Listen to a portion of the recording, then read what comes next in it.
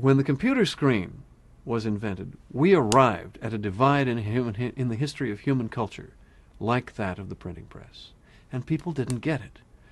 They bring the Macintosh out and it's used for word processing, for God's sake, or what they call desktop publishing, i.e. typesetting sequential documents to be printed on paper.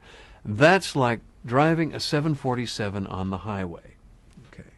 To use the computer as a paper simulator rather than as a window to the great new shared world of human culture. Because here are the libraries with all this great stuff in them, but we can't get at it.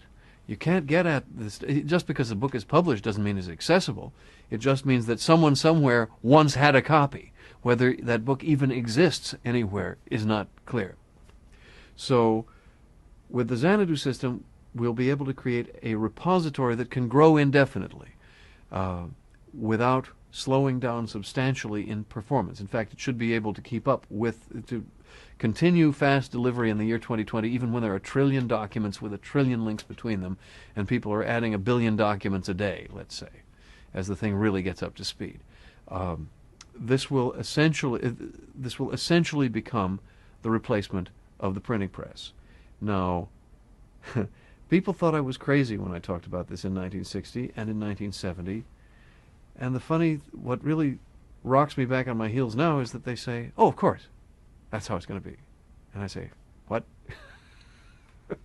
Because it's very strange, having promoted this idea, which I think was perfectly obvious in 1960, for all these years, and being treated as if I were completely nuts, and then having people suddenly get it.